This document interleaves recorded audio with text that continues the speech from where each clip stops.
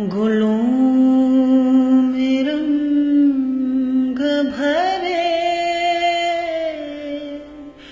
बादलों बहार चले। गुलों में रंग भरे बादलों बहार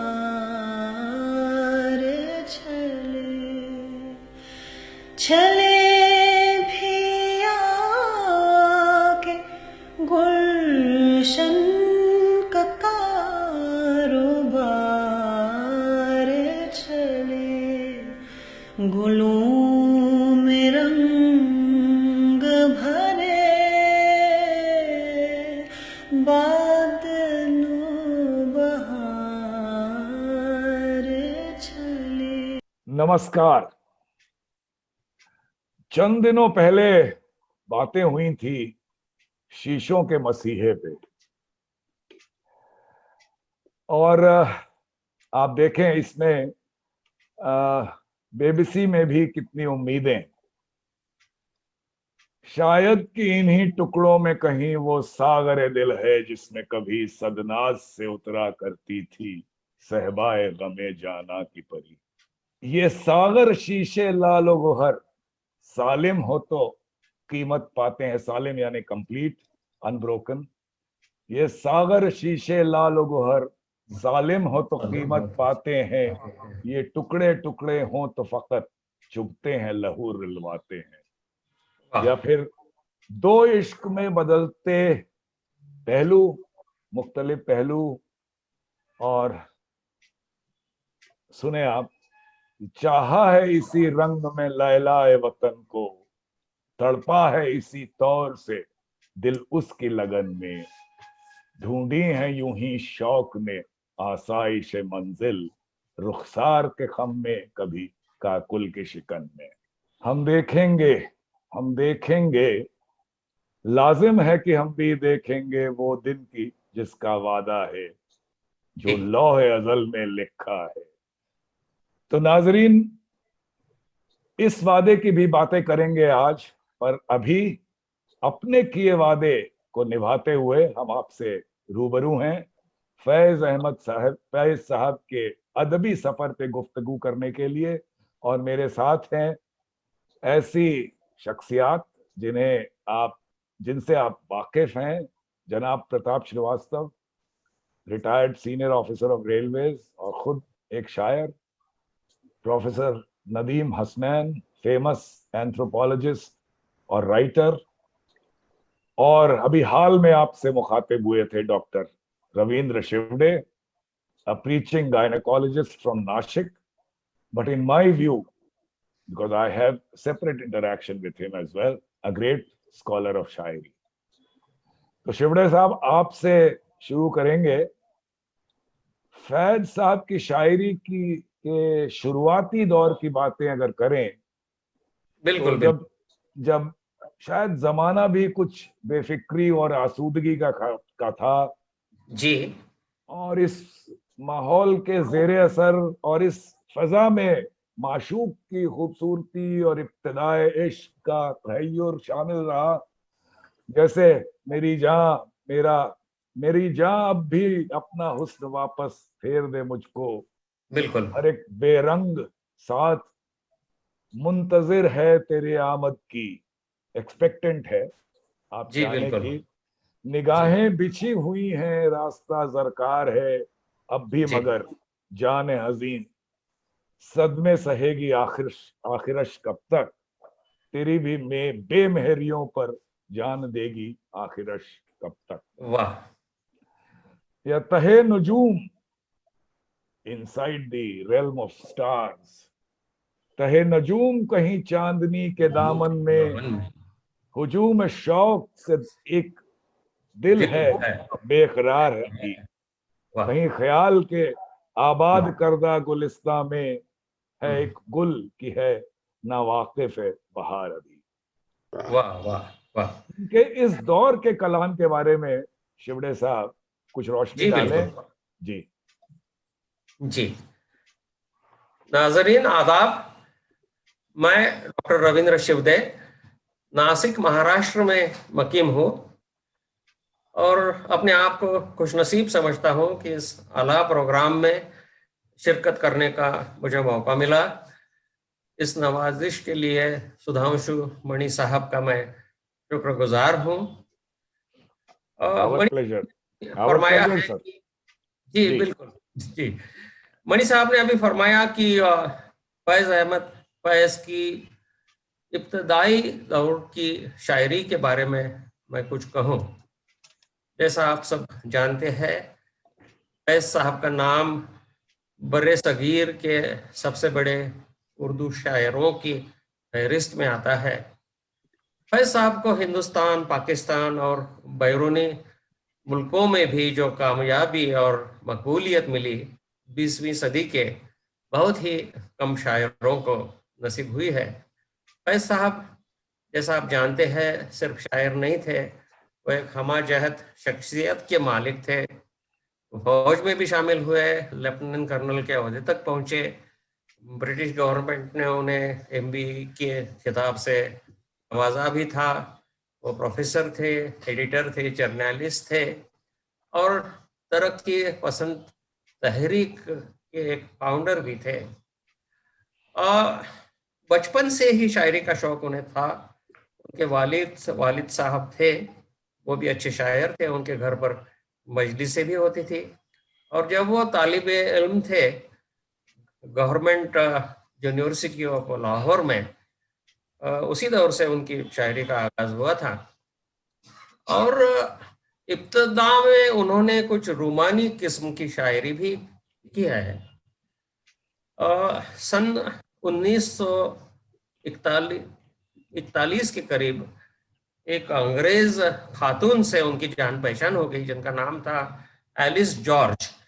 तो एलिस जॉर्ज के पिताजी एक बुक सेलर ही थे और वो पढ़ने यहाँ हिंदुस्तान, ब्रिटिश इंडिया में आई थी और फैज साहब के साथ उनकी जान पहचान मोहब्बत में तब्दील हो गई और उनका निकाह भी हो गया फैज साहब के साथ 1941 में श्रीनगर के परी महल में, जो महाराजा हरि सिंह का महल था। वहाँ पर शेख अब्दुल्ला ने ही उनका निकाहनामा पढ़ा था।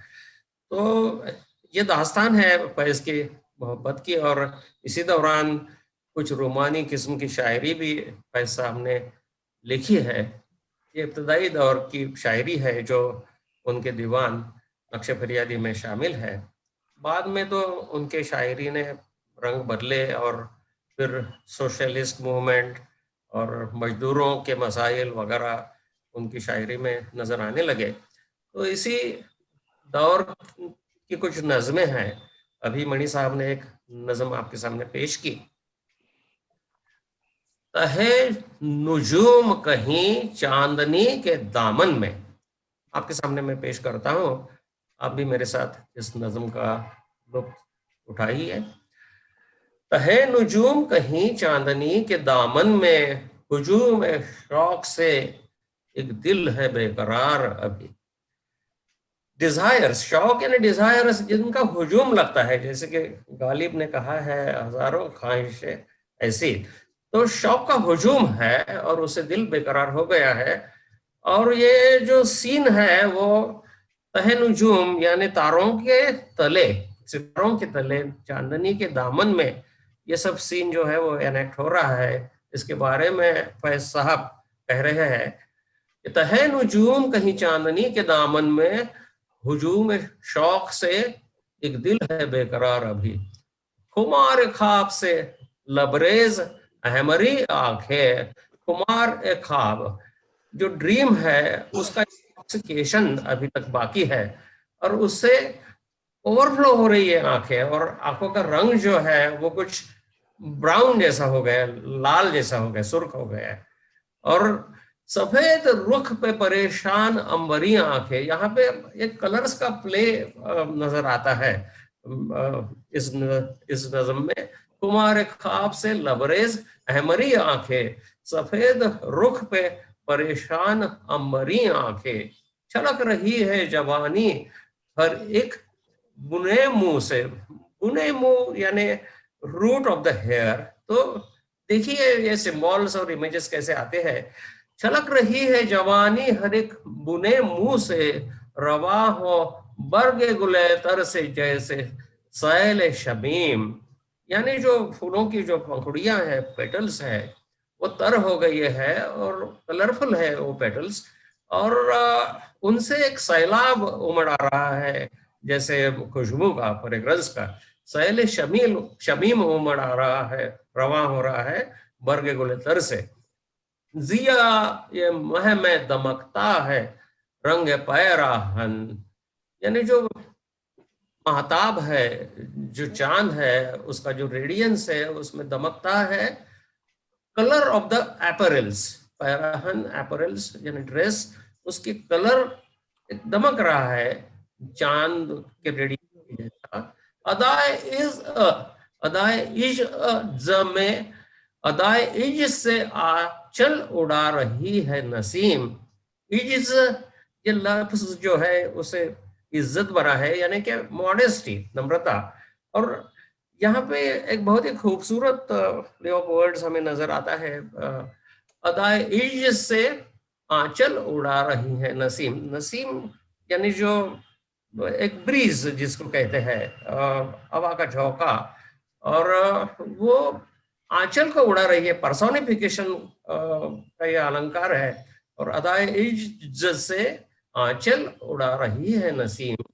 दराज कद की लचक से गुदाज पैदा है।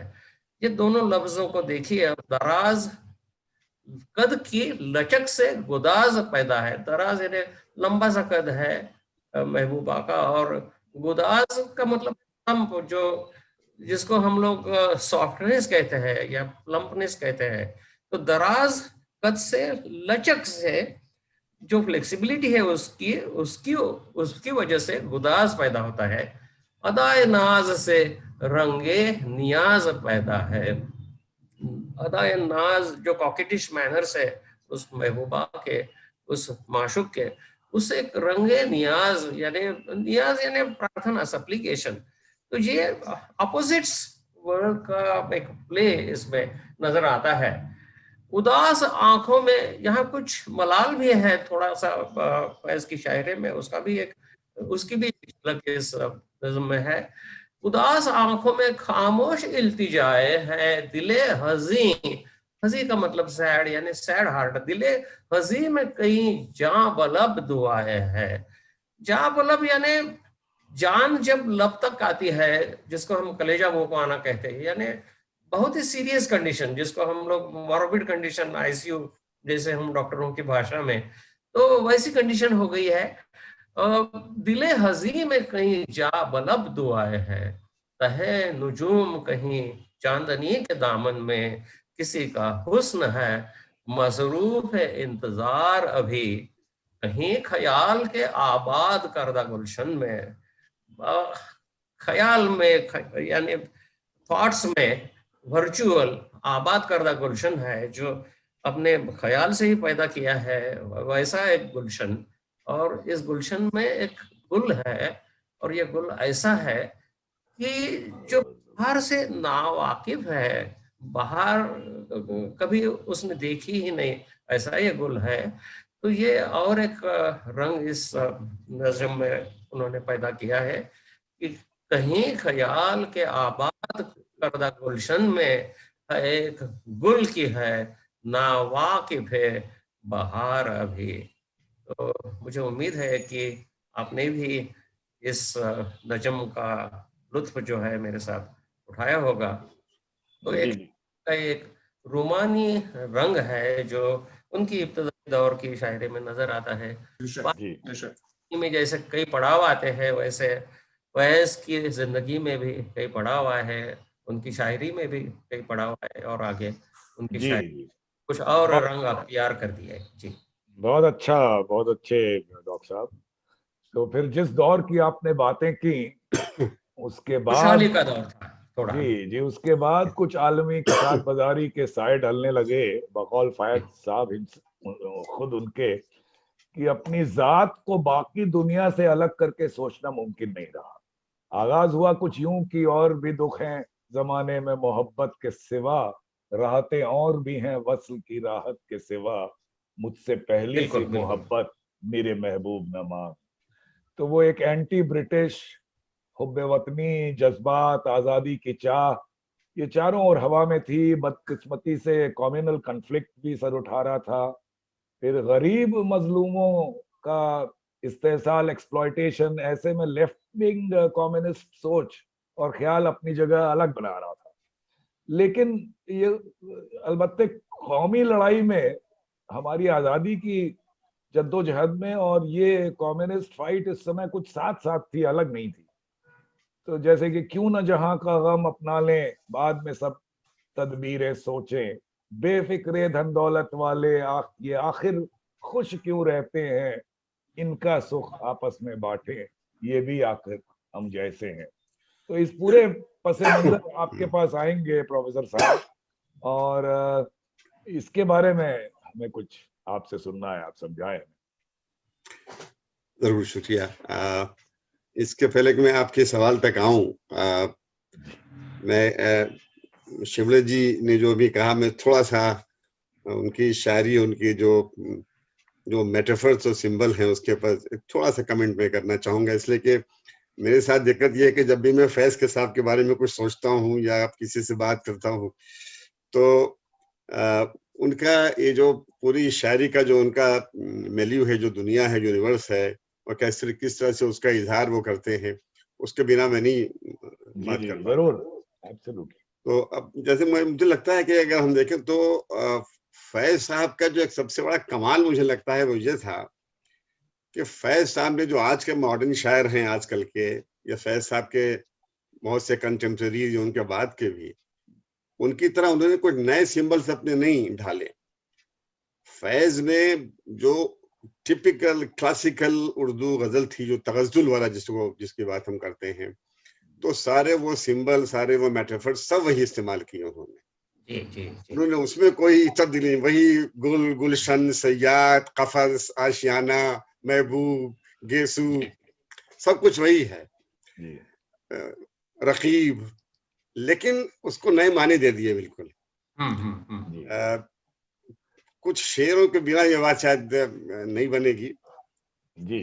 जैसे उनका जब मिलिट्री डिक्टेटरशिप आई वहां पर पहली बार, तो जो गजल थी, बड़ी मशहूर गजल है उनकी, उसका एक शेर मुझे बहुत पसंद है, वो कि न सवाल वसल, न अर्ज गम, न शिकायतें, न हिकायतें, न सवाल वसल, न अर्ज गम, न शिकायतें, न हिकायतें, तेरे अहद में दिलजार के सभी अख्तियार चले गए। डेमोक्रेसी खत्म हो गई, फ्रीडम ऑफ एक्सप्रेशन नहीं है, कुछ नहीं है। अब इस पर क्या सेंसर लगेगा, कौन सा डिक्टेटर इसके ऊपर पकड़ेगा, उसके ऊपर कोई सेंसरशिप नहीं हो सकती। या वो कह रहे हैं कि वो बात सारे फसाने में जिसका जिक्र न था, वो बात उनको बहुत नागवार गुजरी। हमारे जो नाकर्दा गुनाहों की सजा हमको मिल रही, जो हमने किए ही नहीं, जो हमने हमको हमारे पर वो इल्जाम लग रहे हैं वो। या हाँ, जो जफा भी आपने की कायदे से की, हाँ, जो जफा भी आपने की कायदे से की, हाँ, हम ही कारबंदे उसूले वफा न थे। ये बहुत अच्छे। या जैसे करो कद जबी पर सरे कफन, मेरे कातिलों को गुमा न हो। अब ये जो कद जो है, जो टेढ़ापन है, ये बांकपन की निशानी माना जाता है। जैसे लखनऊ के यावत के जो बांके होते थे, वो टेढ़ी टोपी लगाते थे, तो ये जो टेढ़ापन है, जो टेढ़ी टोपी जो है, वो बांकपन की निशानी मानी जाती थी। तो वो कह रहे हैं कि करो कज जमी पर सरे कफन, यानी मेरे कफन को भी थोड़ा टेढ़ा कर दो मेरे सर के ऊपर। करो कज जमी पर सरे कफन, मेरे कातिलों को गुमा न हो कि गुरूर इश्क का बांकपन पसे मर्ग हमने भुला दिया। वाह, अब ये कितना पॉलिटिकल शेयर देखिए कह रहे हो ये। जी। या वो कह रहे हैं कि कुछ मोहतसबों की खिलवत में कुछ वाइस के घर जाती है, कुछ मोहतसबों की खिलवत में कुछ वाइस के घर जाती है, हम बादा कशों के हिस्से की अब जाम में कमतर आती है। यानी जो बहुत unequal distribution of resources and wealth, जी, अब उसकी बात वो कर रहे हैं और मेटाफर वही यूज कर रहे हैं, पुराना जी, ट्रेडिशनल वाला वो। ये जब उनको ये समझाया उनके वेल विशर्स ने कि कहाँ सब जमेले में पड़े हो, ये तुमको जेल में सड़ा देंगे ये लोग बिल्कुल, तो ऐसा है कि आराम से कोई अच्छा खासा कोई सरकारी ओहदा ले लो, देने को वो तैयार हैं। और उसके बाद आराम की जिंदगी काटो। वो उनकी गजल का बड़ा मशहूर शायद जो मुझे बहुत अच्छा लगता है और शायद बहुत कोई रेलिवेंट है आज भी हो, कि जो तुम्हारी मान ले नासेहा तो बचेगा दामन दिल में क्या। तुम्हारी वाह मान वाह ले वाह नासेहा वाह, बहुत बढ़िया। बचेगा दामन दिल में क्या। दिल में क्या, वाह। न किसी उदू की अदावतें, न किसी सनम की मुरव्वतें। क्या बचेगा फिर ये। तो अब इस तरह से अगर आप देखिए तो सब कुछ जो है, पूरा जो जी। स्ट्रक्चर है, पूरा जो उसका सिंबॉलिज्म है, जो सिमिलीज और मेटाफर्स हैं, सब कुछ वैसा ही है, सब कुछ हो। लेकिन कितने नए माने देखिए उन्होंने उसको पहना दिए। दूसरी बात जो मुझे बहुत अच्छी लगती है उनकी, और मैं डॉक्टर शिवड़े की बात को थोड़ा सा और आगे मैं उसमें जोड़ूंगा, बढ़ाऊंगा, कि उसकी पूरी शायरी में देखिए, जो रोमानी शायरी भी जो है उसमें जो उसका लिरिसिज्म है, कितनी लिरिकल है, कितनी वो, बहुत लिरिकल है जी, बिल्कुल। कितनी मौसीकियत कितनी है, कमाल का। मतलब ये नहीं, पढ़ने में और सुनने में कितनी भी अच्छी लगती है वो, जो जी। उसके आइडियाज है वो एक अलग बात है, वो पढ़ने और सुनने में कितनी अच्छी लगती है वो। रंग पैराहन का, खुशबू जुल्फ लहराने का नाम, मौसम गुल है तुम्हारे बाम पे आने का नाम। वाह। अब ये देखिए, या शमे नजर, ख्याल की अंजुम, जिगर के दाग, जितने चिराग हैं तेरी महफिल से आए। महफिल से, या। तो इस तरह से हम लोग की जो पीढ़ी थी वो बिल्कुल जब से अदब को, शायरी को जब से पढ़ना समझना शुरू किया, तो एक आइडल की तरह जहन में था। यहाँ मैं एक चीज, एक कन्फेशन भी करना चाहता हूँ आप सबके सामने, उसको मैं शेयर भी करूंगा इस चीज को, कि जब मैंने फैज साहब को पहली बार सामने से देखा, मैंने जी जी, गालिबन 81 या 82 की बात है, वो लखनऊ आए थे और उनका सिविक रिसेप्शन दिया गया था लखनऊ की सफेद बारादरी में। बहुत भीड़ थी, बहुत क्राउड थी, तो उनके सारे उनके फैंस वहां थे, सैकड़ों हजारों की तादाद में थे, बाहर तक लोग खड़े हुए थे सड़क के ऊपर। तो मैंने जब उनको देखा तो मेरे लिए बहुत शॉकिंग था वो, इसलिए कि मेरे जहन में एक बड़ा इनकलाबी आदमी था, बिल्कुल फायर स्पिटिंग। और वहां मैंने देखा एक बड़ा सोएव, सोफिस्टिकेटेड सा एक आदमी, बड़ा शर्मीला सा, जो बहुत कम आई कांटेक्ट कर रहे थे लोगों से। और जब उनको सुनाने को कुछ कहा गया तो वो इतना शर्मा शर्मा के सुना रहे थे, मुझे तो लग रहा था कि जैसे वो हबीब जालिब की तरह ललकार के कुछ बोलेंगे वो।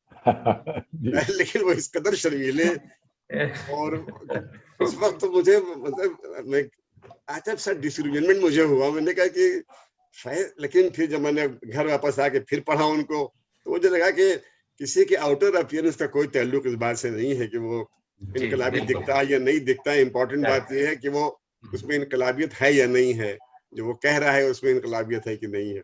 बहरहाल,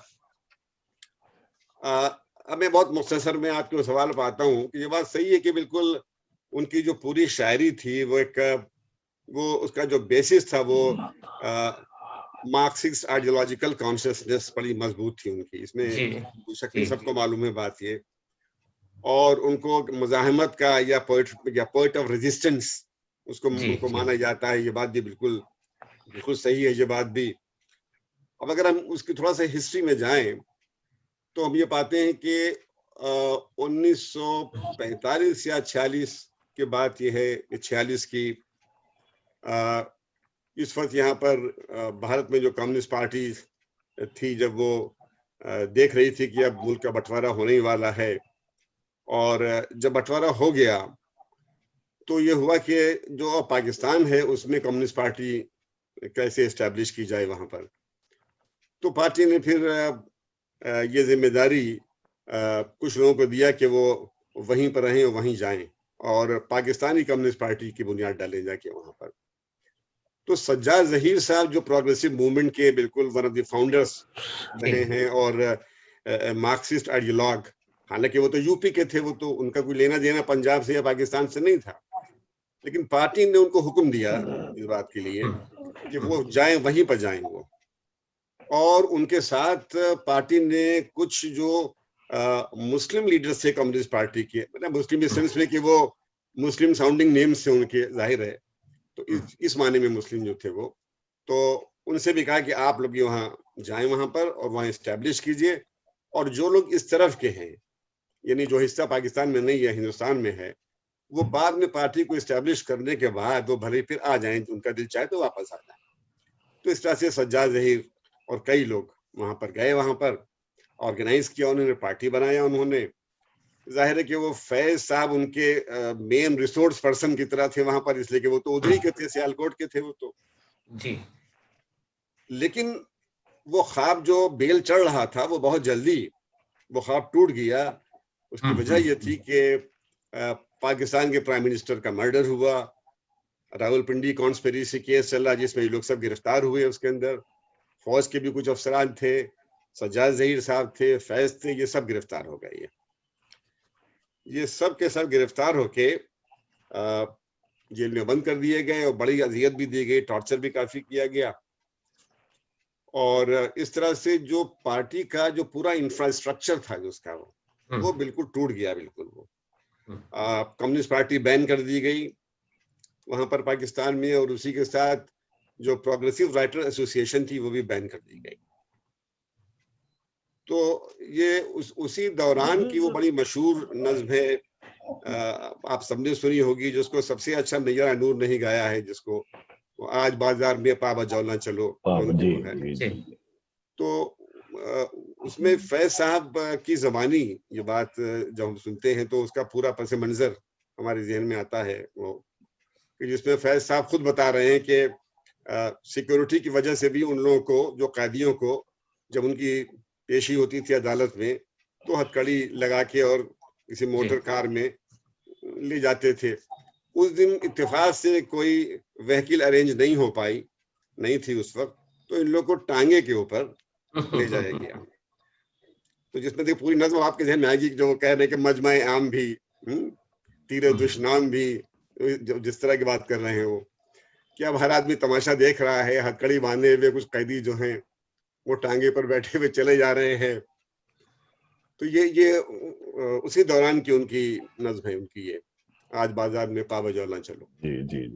पर उसके बाद 4 साल के बाद ये लोग सब रिहा हुए, और सज्जाद ज़हीर को फांसी की सजा मिलने ही वाली थी, लेकिन कहा जाता है कि पंडित नेहरू ने खुद इंटरवीन किया इस सारे मसले में, और किसी तरह से बहरहाल उनकी जान बची, और उनको उनसे कहा कि अब आप आ जाइए वापस। तो फिर वो बहरहाल यहाँ आके सेटल हुए, यहीं के पर आके फिर कम्युनिस्ट पार्टी के ही साथ रहे, लेकिन लगातार उनका जो राब्ता था वो रहा सबसे। और फैज को इस बात का हमेशा बहुत दुख रहा इस बात का कि अगर ठीक है पार्टीशन भी हो गया, सब कुछ हो गया, लेकिन फिर भी जो है एक बहुत एक दोस्ताना तरीके से रहना चाहिए था। इतना खून खराबा, इतनी नफरत, ये सब वो कभी इस बात से रिकंसाइल कर नहीं सके, बहुत दुखी रहते थे। उसके बाद जब भी वो हिंदुस्तान आए, वो बहुत लखनऊ में तो जब आए तभी मैंने उनको देखा, लेकिन लगातार वो आते रहे दिल्ली में, बम्बई में, ज्यादातर दिल्ली में ही आते थे। तो इस तरह से जब वो 1955 में वो लोग रिहा हो गए और तमाम सेंसरशिप लग गई, पार्टी बैन हो गई, जितने प्रोग्रेसिव लोग थे, जितने लेफ्ट ओरिएंटेड लोग थे, वो सबको बुरी तरह से अजियत दी गई और सजाएं हुई। तो उन्हीं दौर की उस नज़्मों में से एक बड़ी मशहूर उनकी नज़्म ये भी है, हम सबने सुनी वो है, लेकिन लगातार वो जब भी हम लोग सुनते हैं तो बहुत कुछ याद आता है, पीछे का भी, मौजूदा भी, सभी कुछ। कि निसार मैं तेरी गलियों पे वतन के जहां, चली है रस्म के कोई न सर उठा के चले, तो कोई चाहने वाला तवाफ को निकले, नजर चुरा के चले, जिस्म जान बचा के चले। ये इस तरह की नज़्में उनकी उसी दौर की हैं। ये वही वक्त था जो इंटरनेशनल लेवल पर अगर हम देखें तो अफ्रीका और एशिया के तमाम मुल्कों में एंटी कॉलोनियल मूवमेंट चल रहा था। अफ्रीका के लोग आजाद होने की कोशिश कर रहे थे, उस दौर की उनकी एक ऐसी नज्म है जो अभी भी मैं पढ़ता हूं तो जैसे रोंगटे खड़े हो जाते हैं। जो नारा था अफ्रीकन नेशनलिस्ट का, कम बैक अफ्रीका, वो है कि आओ कि मैंने धूल से माथा उठा लिया, आओ कि मैंने छील दी आंखों से गम की छाल, आ जाओ अफ्रीका, अफ्रीका कम बैक। तो इस तरह से अगर हम देखें तो एक फैज की जो यूनिवर्सलिटी है पूरी, वो कि दुनिया में कहीं पर भी ऑपरेशन हो, कहीं पर भी आजादी के ऊपर हमला हो, कहीं पर नाइंसाफी हो, तो फैज एक यूनिवर्सल पोइट की तरह से पूरी दुनिया के जैसे उनकी है, पूरी दुनिया का भाईचारा उनके साथ है, वो इस तरह से लगातार वो तमाम अपनी नज़मों में वो कहते रहे। वो इसी दौरान जो है वो वियतनाम के ऊपर अमेरिकी हमले थे, फौजें थी वहां पर, फ्रीडम स्ट्रगल उनकी चल रही थी। और आज थोड़ा सा आगे आते हैं तो फिर आगे आकर यानी कोल्ड वार तो चल ही रही थी, और पाकिस्तान जो है वो बिल्कुल बाज़ाब्ता फॉर्मली अमेरिका का एलाई हो चुका था, और उनके एक सैटेलाइट की तरह से उनके सारे इंटरेस्ट को सर्व कर रहा था, जो अभी भी कर रहा है वो। और इस तरह से फैज साहब जो है वो बहुत ही डिसइल्यूजन और मायूस रहे आखिरी दिनों में। लेकिन फैज जैसा आदमी अगर मायूसी से मर जाए तो फिर वो फैज नहीं हो सकता फिर। तो वो लगातार, लेकिन उसके बाद भी नाउमीदी में उम्मीद को वो ढूंढते रहे, लगातार ढूंढते रहे वो। और जब क्यास के दौर में जब पूरी दुनिया में एक राइट विंग अपसर्ज है, पूरी दुनिया के अंदर डेमोक्रेसी पर हमले हो रहे हैं, जो न्यो फासिस्ट टेंडेंसीज हमको नजर आ रही हैं, तो ऐसे में फैज का ये शेर जो है बहुत रेलिवेंट मुझे लगता है, जो उन्होंने काफी बात के दिनों में कहा था कि हल्का किए बैठे रहो एक शमा को यारों, उसको चारों तरफ घेर के बैठे रहो शमा को, हल्का किए बैठे रहो एक शमा को यारों, कुछ रोशनी बाकी तो है, हर शन के कम है। अब इसमें भी देखिए उम्मीद उनकी है कि रोशनी कम जरूर है, लेकिन शमा को बुझने नहीं देना, हल्का किए बैठे रहो एक शमा को यारों, कि कुछ रोशनी बाकी तो है, हर चंद के कम है। तो इस तरह से हम ये पाते हैं कि फैज के जो अपना जो आइडियोलॉजिकल जो उनका पूरा कमिटमेंट था, उसके बावजूद भी अगर हम ये देखें तो वो पोस्टर या वाले शायर नहीं थे कि वो नारेबाजी नहीं कर रहे थे, वो स्लोगनरिंग नहीं कर रहे थे। वो बहुत अपने तरीके से, बहुत माइल्ड तरीके से बात करते थे। वो अलग बात है कि उनकी कितनी नज़मों ने कितनी लोगों को बहुत इंथ्यूज किया है, और ये भी जानते थे वो कि जो शायरी है, जो पोइट्री है, वो पावर को रिडिक्यूल भी करती है, उसका मजाक उड़ाती है उसका वो, और उसको चैलेंज भी करती है। तो फैज की पूरी शायरी को अगर हम देखें इस पास मंजर में, तो हम ये पाते हैं कि वो पावर को लगातार रिडिक्यूल भी कर रहे हैं और चैलेंज भी कर रहे हैं। जी जी, बहुत बहुत शुक्रिया प्रोफेसर साहब। तो श्रीवास्तव साहब आपके पास आएंगे, इससे पहले प्रोफेसर साहब, ये जो आपने बात कही यूनिवर्सैलिटी की, बहुत जबरदस्त, और म्यूजिकलिटी, मतलब उनकी कोई गजल, उनका कोई शेर, उनकी कोई नज्म अगर आप दिल लगा के पढ़ लें तो इतनी फसाइल है, आपकी रवानगी जबान पे ऐसी इतनी फसाइल है कि शायद आपको बड़ी आसानी से याद हो जाए। मुझे तो अक्सर ऐसी फीलिंग आती रहती है। अभी आपने जो एक शेर पढ़ा, उसी गजल से शायद उसका मक्ता है कि हम अहले कफस तन्हा भी नहीं, हर रोज नसीमे सुबह वतन, अशकों से मुनव्वर आती है, यादों से मुनव्वर आती है, अशकों से मुनव्वर जाती है। और यहाँ उन्होंने अशकों से मुअत्तर नहीं लिखा है, उन्होंने लिखा है कि यादों से मुअत्तर आती है और अशकों से मुनव्वर जाती है। खैर, तो श्रीवास्तव साहब आपके पास आते हैं, ये उनका अदबी सफर पे काफी बातें हो गई, लेकिन उनका जो बाद का, आजादी के बाद का वक्त रहा, वो जैसा कि प्रोफेसर साहब ने बताया कि मायूसी भी थी, उम्मीद भी थी, और पाकिस्तान में, पाकिस्तान के बाहर भी।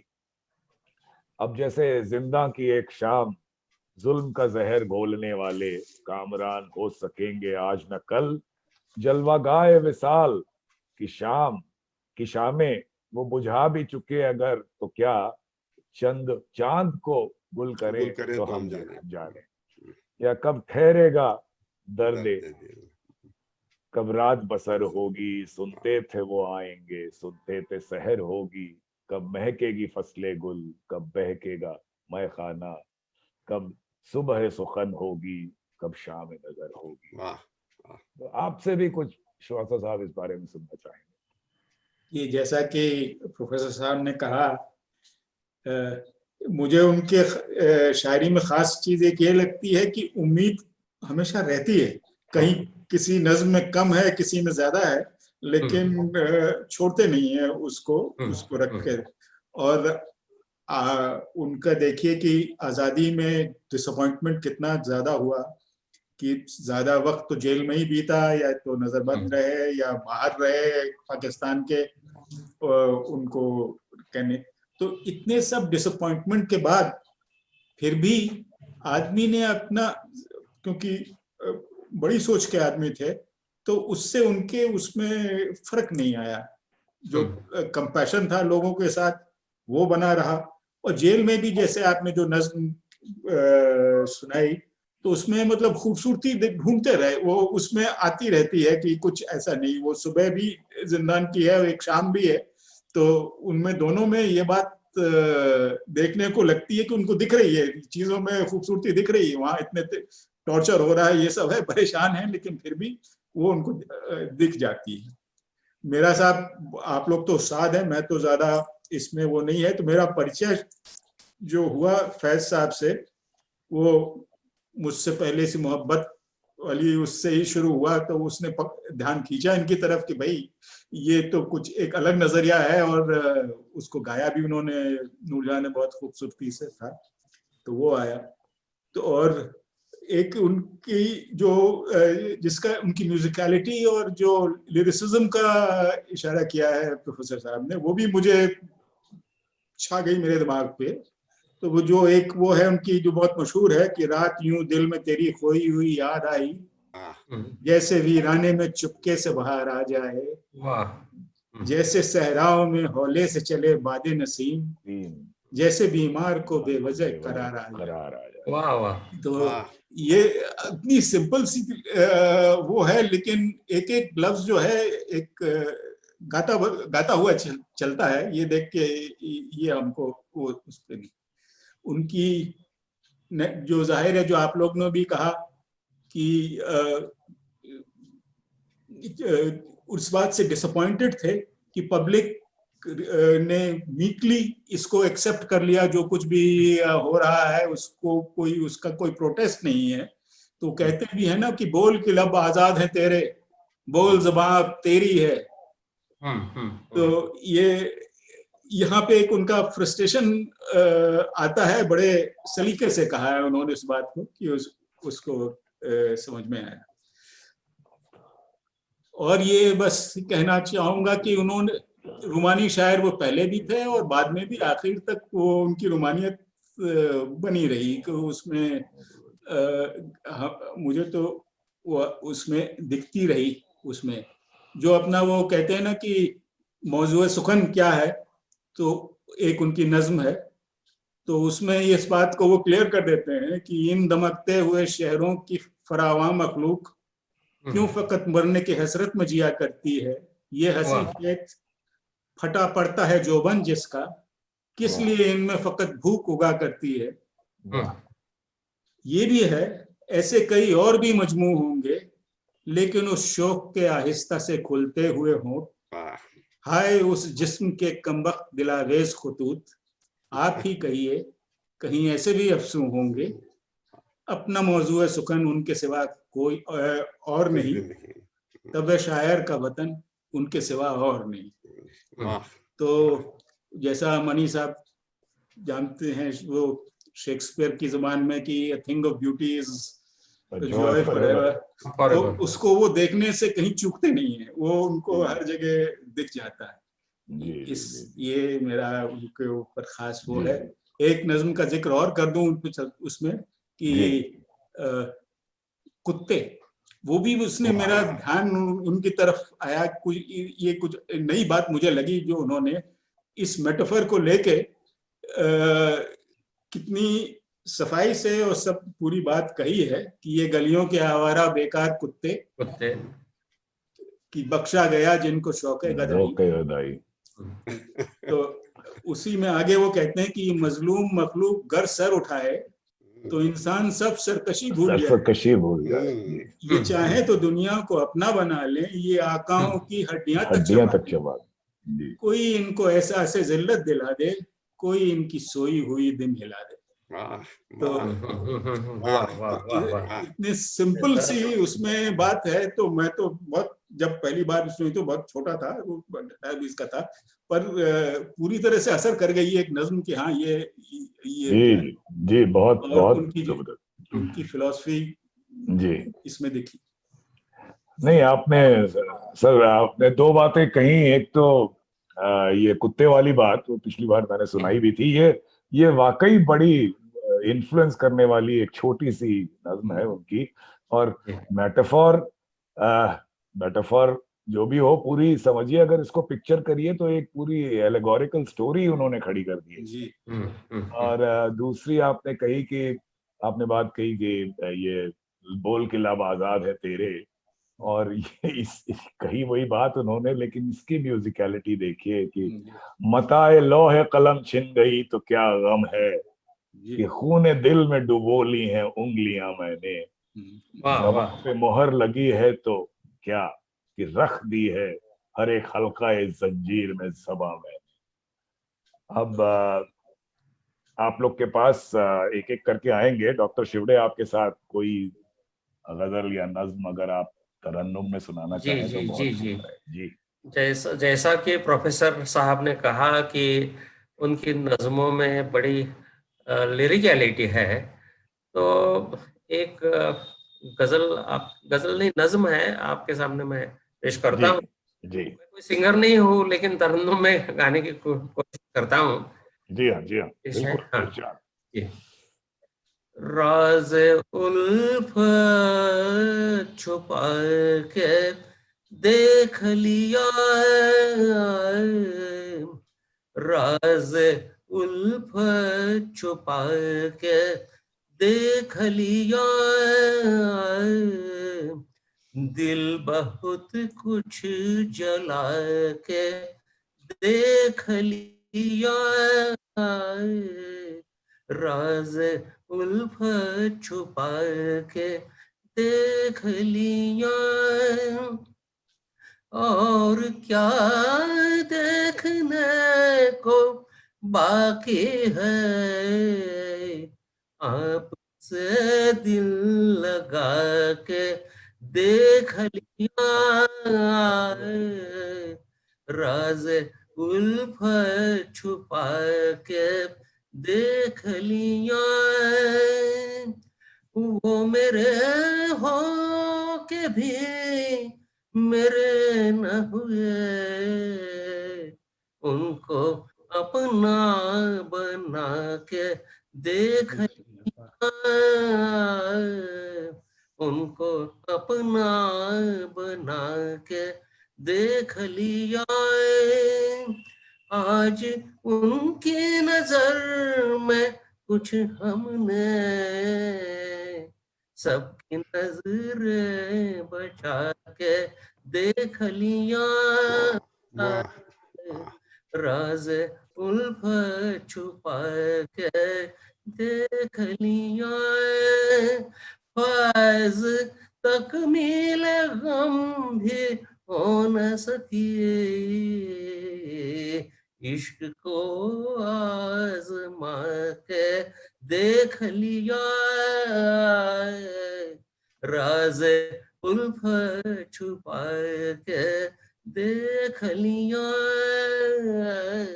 दिल बहुत कुछ जला के देख लिया। शुक्रिया। बहुत खूब, बहुत खूब। बहुत खूब, बहुत खूब शिवड़े साहब, डॉक्टर साहब, बहुत खूब। तो आपके पास आते हैं प्रोफेसर साहब, आप कोई कलाम पढ़ना चाहें या जो फैज साहब का? उनकी एक नज़्म जो मुझे बहुत पसंद है मुझे, और इसलिए भी है कि वो हमेशा रेलेवेंट रहेगी, कल भी थी आज भी है। और उसका जो उन्वान है वो है उधर भी देखो। जी। तो ये जैसा कि हम देखते हैं कि एक बहुत बड़ा हिस्सा लोगों का ये है जो इस्टेब्लिशमेंट के आगे न सिर्फ ये कि घुटने टेक देता है बल्कि उसको ग्लोरीफाई भी करता है, उसके साथ खड़ा हो जाता है, और दूसरे उसके मुकाबिल वो लोग भी होते हैं तो तमाम कुर्बानियां भी देते हैं लेकिन अपने रास्ते से हटते नहीं वो। तो ये दो कंट्रास्टिंग चीजें हैं एक मुख्तसर सी नज़्म में। फैज साहब यूं कहते हैं उसको, उधर न देखो, उधर न देखो कि जो बहादुर कलम किया तेग के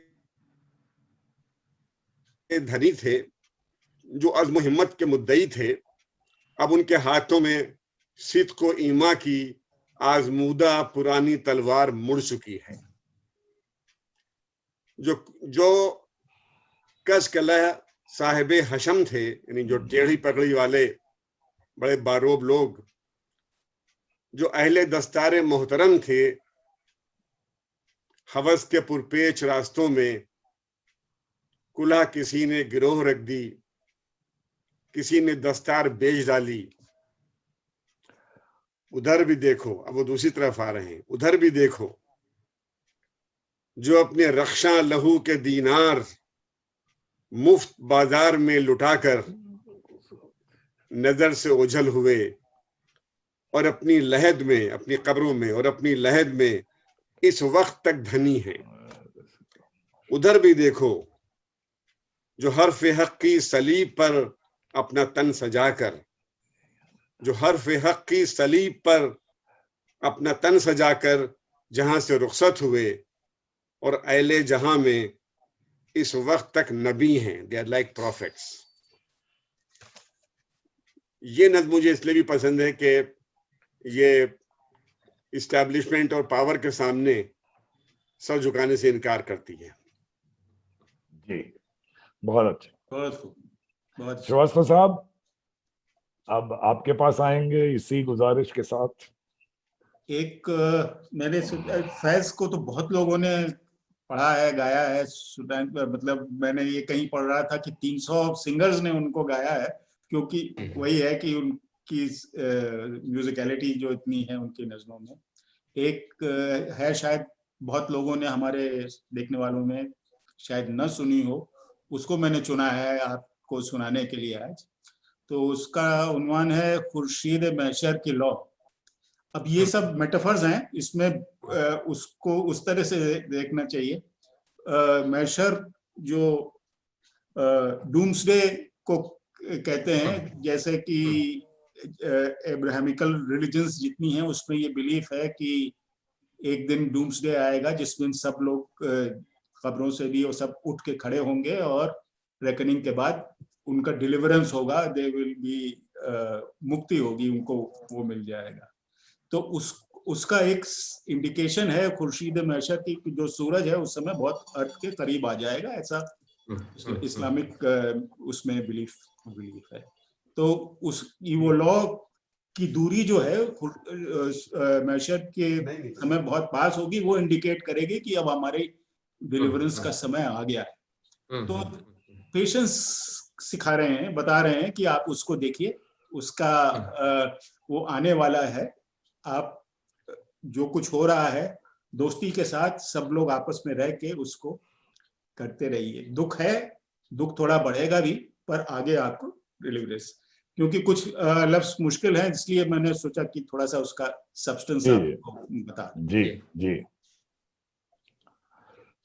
आज के दिन न पूछो मेरे दोस्तों, आज के दिन न पूछो मेरे दोस्तों, दूर कितने हैं खुशियाँ मनाने के दिन, खुल के हंसने के दिन, गीत गाने के दिन, प्यार करने के दिन, दिल लगाने के दिन, आज के दिन न पूछो मेरे दोस्तों, जख्म कितने अभी वक्त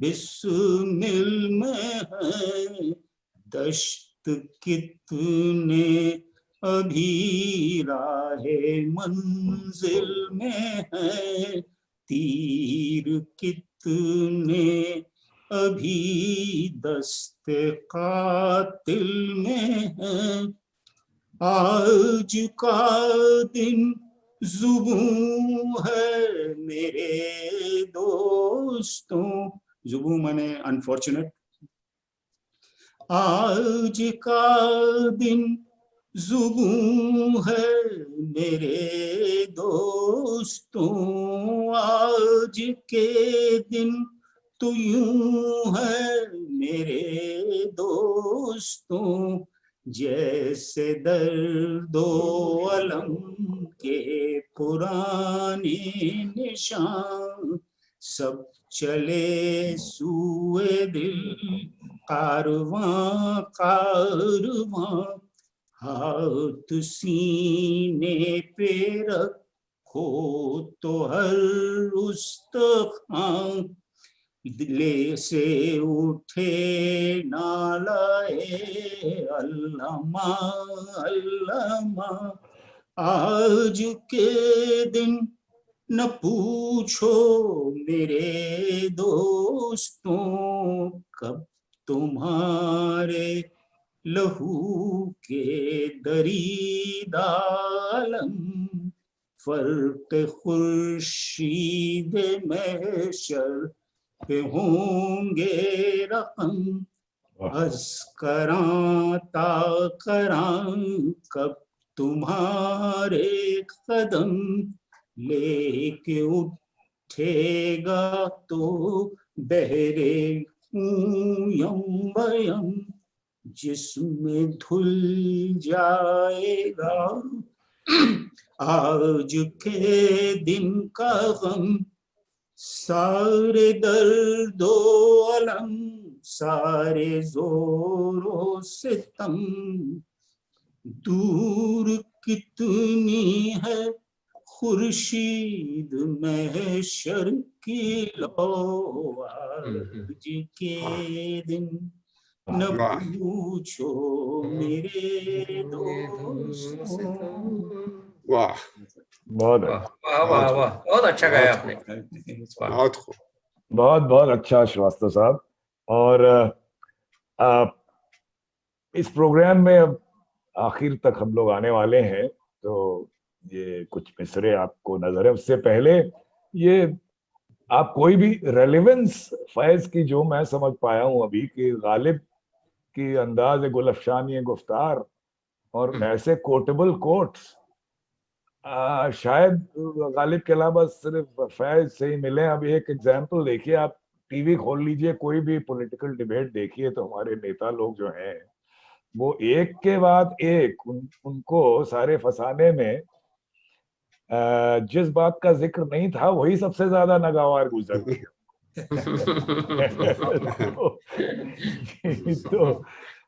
तो हम परवरिशे लौह कलम करते रहेंगे, जो दिल पे गुजरती है रकम। रकम यहाँ लिखने से है कि जो दिल पे गुजरती है रकम करते रहेंगे। हाँ तल्ख ये अय्याम, बिटरनेस ऑफ डेज, हाँ तल्ख ये अय्याम अभी और बढ़ेगी।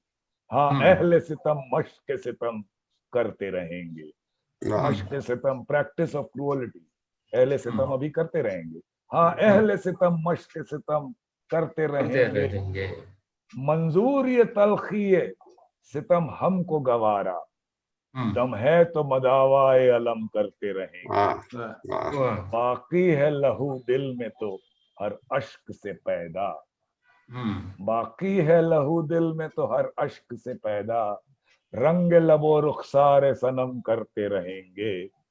और एक तर्ज तगाफुल है वो, सो वो उनको मुबारक, एक अर्ज तमन्ना है सो हम करते रहेंगे।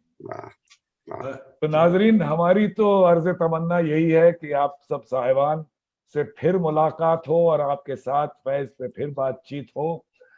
खैर अभी आपको अलविदा कहेंगे, इजाजत लेते हैं ये कहते हुए कि अगले मंगलवार को आपसे फिर मिलेंगे। तब तक के लिए नमस्कार।